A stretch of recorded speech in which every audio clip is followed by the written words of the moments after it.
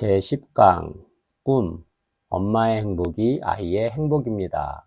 방승호 중화고등학교 교장 전 서울시 교육청 장학관 내 안의 주파수에 집중해 보세요. 무엇을 꿈꾸고 무엇을 원하는지요. 내 안의 주파수를 발견하면 삶이 달라지기 시작합니다. 아이한테 하는 행동, 남편한테 하는 행동이 달라집니다. 그래서 엄마들이 내 꿈을 찾는 것이 중요합니다. 자신의 꿈이 무엇인지 스스로에게 계속 물어봐야 합니다. 그리고 내가 일상에서 느끼는 감정이 무엇인지 한 발짝 떨어져 들여다보기를 바랍니다. 엄마가 자신 안에 있는 감정의 걸림돌에 대해 알게 되면 아이와의 대화는 자연스레 풀립니다. 부모가 아이에게 마음을 열고 자연스럽게 대화하려면 어떻게 해야 할까요? 제가 가장 강조하는 것은 부모의 핵심 감정 읽기입니다. 핵심 감정은 자신에게 매우 중요한 느낌으로 아동기의 부모처럼 정서적으로 중요한 인물과의 관계에서 형성된 감정을 말합니다. 핵심 감정은 아동기 이후의 대인관계에 그대로 적용되고 자신도 모르게 무의식적으로 반복됩니다. 따라서 자신의 삶을 무의식적으로 지배하는 정서가 어떤 정서이며 언제 누구와의 관계에서 어떻게 형성되었는지 자각하는 것이 중요합니다. 그것을 인식하게 되면 자신을 깊이 이해하게 되고 그것을 이해하게 되면 자연스럽게 자신을 수용하는 과정을 거치게 됩니다. 자신의 부정적인 감정들을 표출하게 되면 본인뿐만 아니라 주변이 참 힘들어집니다. 특히 엄마가 자신의 감정을 알아차리지 못하고 부정적 말과 행동을 반복하게 되면 아이들은 힘든 어린 시절을 보내게 되지요. 그래서 자신의 상태를 파악하고 알아차리는 일이 정말 중요합니다. 자신의 숨은 욕망을 알아차리고 내면의 방해자로 작용하는 그림자를 치유하는 것은 상황과 사건을 수면 위로 드러내어 내면의 갈등 요소와 직면하는 일입니다. 과거에 두려웠던 상황과 감정을 의식적으로 드러내어 받아들이는 것이지요. 실제로 자신의 콤플렉스를 인정하고 드러내는 것은 손가락을 자르는 것만큼 아프다고 합니다. 따라서 끊임없는 반복 연습이 필요합니다. 이런 상황을 받아들이는 작업을 의도적으로 계속하는 것입니다. 이렇게 함으로써 일상에서 일어나는 일들을 통해 새로운 상처를 만드는 악순환의 고리를 끊을 수 있습니다. 사람들에게는 자신도 모르는, 어찌 보면 이유도 모를 내면의 그림자가 있습니다. 어린 시절 자신도 모르게 형성된 부정적 감정과 내면의 비판자로부터의 강박적인 자동 반사장치입니다. 어떠한 상황만 되면 자신도 모르게 나타나는 행동, 감정, 태도 등을 말합니다. 사람들은 이런 행동을 하게 되면 바로 후회하기도 하고 원망하면서 이것으로부터 자유로워지고 싶어 하지요. 그러면 자기 안에 어떤 핵심 감정이 들어있는지 어떻게 알 수 있을까요? 아래는 EFT라는 상담 방법을 간략하게 만든 것입니다. 먼저 종이를 펼쳐놓고 다음과 같은 방법을 순서대로 따라해 보길 바랍니다. 1. 지금 원하거나 해결하고 싶은 문제를 쓰세요. 2. 지금 쓴 것에 동그라미를 그리고 몇 번을 반복해서 읽어본 다음에 그 느낌을 적어보세요. 3. 그리고 그 느낌에 대한 수치가 어느 정도인지 0에서 10이라는 수치로 강도를 써보세요. 0은 평화로운 상태이고 10은 가장 불안한 상태입니다. 먼저 해결하고 싶은 문제를 말합니다. 아침마다 아이가 어린이집에 가는 것을 싫어한다고 하면 그것을 쓰고 그 문장에 동그라미를 그립니다. 그리고 다시 그 문장을 반복해서 몇 번 읽어봅니다. 그런 다음 느낌을 쓰도록 합니다. 힘들고 안타까운 마음이 들면 그런 마음을 적습니다. 그런 다음 그 느낌에 대한 수치를 기록해 봅니다. 이렇게 기본적인 작업을 마친 후 다음과 같이 문장을 만들어 봅니다. 나는 비록 아이가 어린이집 가는 것을 싫어하고 울어서 아침마다 힘들고 안타깝지만 그럼에도 불구하고 그런 나를 온전히 받아들이고 마음속 깊이 사랑합니다.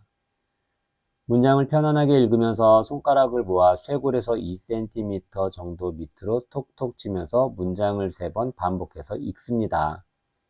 여기에서 중요한 것은 문장을 만들 때 남을 의식하지 말고 있는 그대로의 문장을 만들어야 한다는 것입니다. 문장이 아주 유치해도 좋습니다. 있는 그대로의 문장을 만들고 반복하는 것입니다. 반복하여 문장을 읽으면서 톡톡톡 두드리고 난 후 다시 한번 수치의 변화를 비교해 봅니다.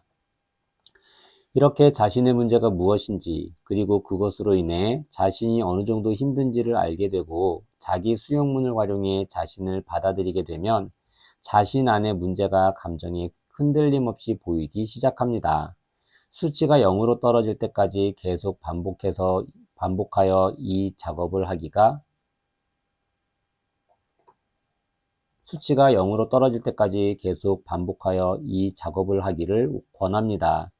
이런 작업을 말로 하는 것과 동시에 글로 쓰면 훨씬 더 효과가 있습니다. 이 작업은 아침에 일어나서 하면 효과가 좋습니다. 저는 아침에 화장실에서 반신욕을 한 다음 매일 이 작업을 하고 있습니다. 이 작업을 통해 하는 일이 단순하고 명료해졌으며 평화로운 하루를 맞이하게 되는 한편 좋은 아이디어가 떠오르게 되는 것을 자주 경험하게 되었습니다. 요즘 학부모들로부터 아이와 대화가 안 된다고 하소연을 하는 상담 문의를 자주 받습니다. 제가 그동안 상담을 해보니 아이들이 공부를 그만두는 이유는 뚜렷했습니다. 상당수의 아이들에게서 부모 사이에 있는 많은 갈등이 공부를 포기하게 되는 가장 큰 원인으로 작용했습니다. 어렸을 때 부모에게 느낀 감정을 고등학교까지, 성인이 될 때까지 그대로 가져가는 경우가 많습니다. 따라서 부모 스스로가 행복한 삶을 살고 부부 사이가 원만해야 아이들도 행복합니다. 행복한 삶을 살기 위해서는 자신의 꿈이 뭔지 알고 자신이 원하는 삶을 살아야 합니다. 자신만의 주파수를 찾고 그 주파수에 맞춰 살아야 합니다. 내가 행복해야 아이들도 행복합니다. 부모의 불행하고 불편한 모습에서는 아이도 아무런 미래를 그려볼 수가 없습니다. 지금부터 어떻게 구체적인 행복을 그리고 삶을 바꿀 수 있는지 알려드리겠습니다. 첫 번째 비법은 나눔입니다. 인간으로서 가장 큰 만족감을 주는 것이 있는데 그것은 나눔입니다. 나눔을 하게 되면 자연스럽게 운명이 바뀌게 된다고 합니다. 그래서 나눔을 하게 되면 하는 일마다 저절로 순조로이 풀리게 된다고들 하지요. 경주에 가면 최부잣집이 있습니다. 우리나라에서 가장 멋진 부자라고 생각합니다. 최부잣집은 300년 동안 그 부가 유지되었고 주변 사람들로부터 존경을 받았다고 합니다. 최부잣집은 항상 겸손하게 살았으며 지나가는 사람 누구나 쌀 한 줌을 가져갈 수 있도록 집안에 쌀 뒤주를 개방하여 흉년이 들어도 주변에 굶어 죽는 사람이 없었다고 합니다. 저는 최부잣집의 이야기를 10여 년 전에 듣고 제가 할 수 있는 방법으로 재능 기부를 하기 시작했습니다. 전국의 지역 아동센터를 다니면서 모험놀이 상담을 공부방 선생님과 아이들에게 전해주는 일을 했습니다. 주말에 전국을 다니면서 나눔을 실천한 뒤부터 하는 일마다 잘 되는 경험을 했습니다. 모험놀이 상담을 통해 작지만 작은 나눔을 실천하지 않았다면 이런 일이 일어나지 않았을 것이라고 생각합니다. 자신이 가진 재능을 발휘하게 되면 제일 먼저 오는 축복은 스스로를 사랑할 수 있는 자존감이 형성됩니다. 나눔은 자신의 마음을 진심으로 열게 하고 그 순간 순수한 내면을 만나게 되는 행운을 가져다 줍니다. 평화로운 에너지는 주는 것은 받는 것이라는 믿음을 몸에 내면화시켜서 자연스럽게 삶을 바꾸게 만듭니다. 또 다른 방법으로 삶을 바꾸는 방법을 말씀드리겠습니다.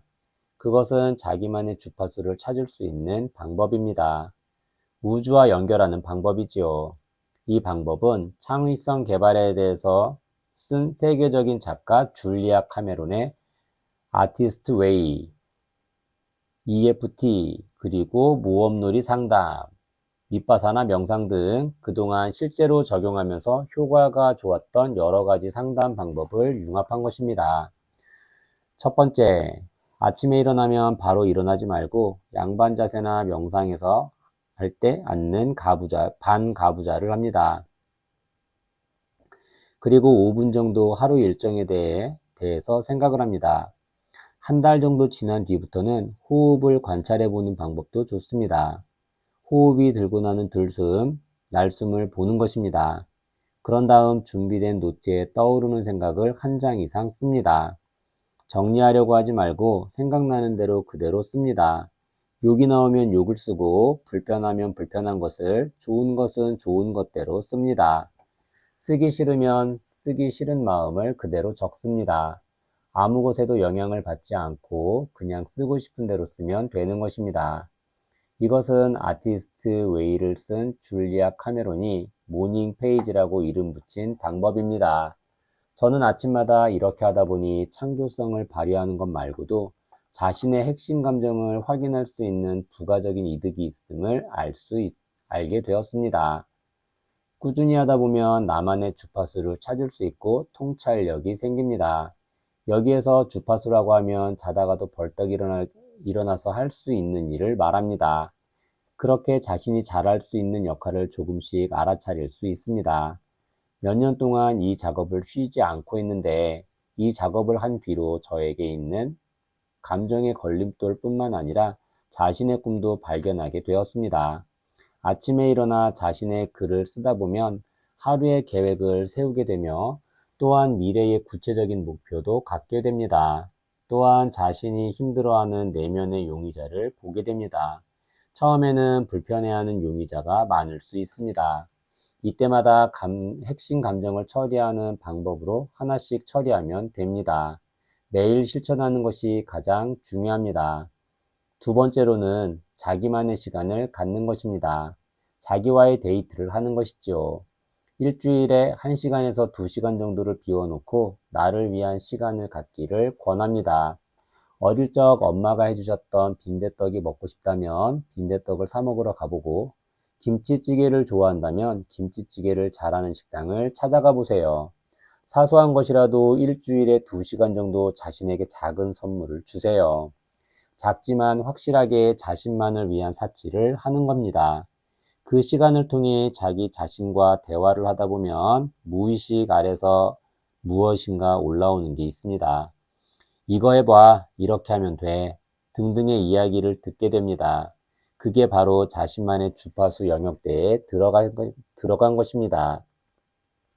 이런 시간들이 모이면 자신이 진정으로 원했던 것을 알 수 있습니다. 자기와의 대화가 되는 순간 신기하게도 아이와의 대화도 순조로워집니다. 아침에 명상을 하고 글을 쓰고 자기와의 데이트를 지속적으로 하다 보면 자기 안에 어두운 그림자가 긍정의 빛에 사라지게 됩니다.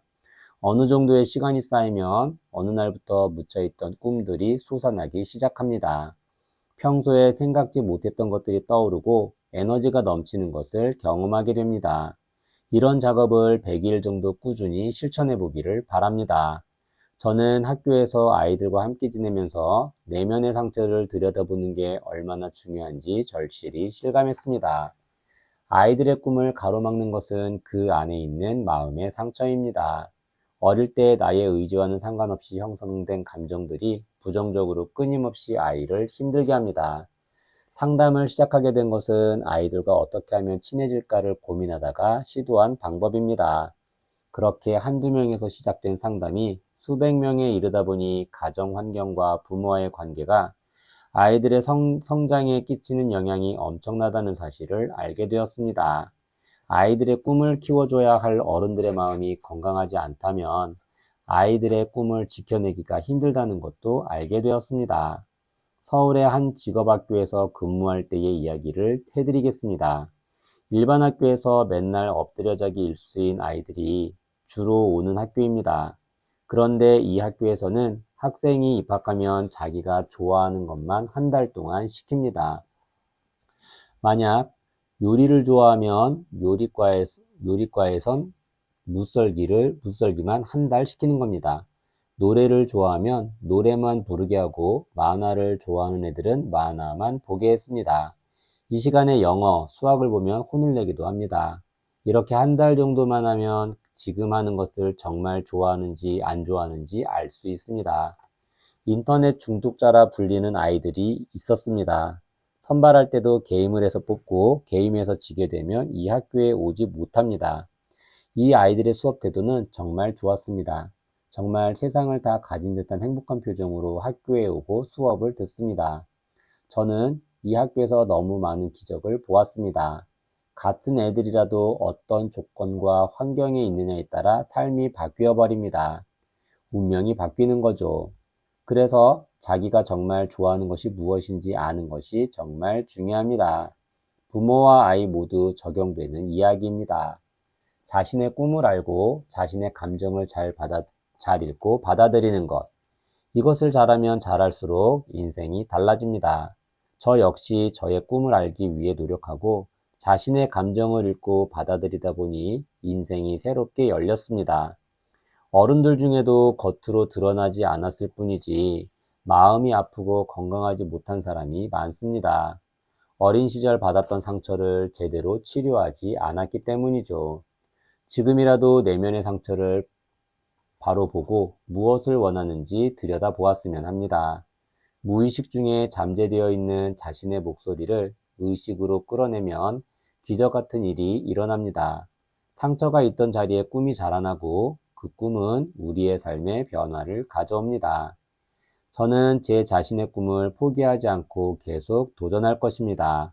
나이가 중요한 것이 아니라 좌절하지 않고 계속 꿈을 향해 도전하는 것이 중요합니다.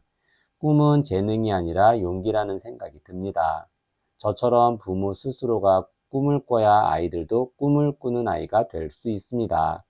사랑하는 아이를 위해서 꿈을 찾는 연습을 하기를 바랍니다. 아이는 부모를 보며 꿈을 키울 것입니다. 아직 여러분들은 살아갈 날들이 무궁무진하게 놓여 있습니다. 꿈을 향한 자신만의 주파수를 결코 놓지 말기를 바랍니다.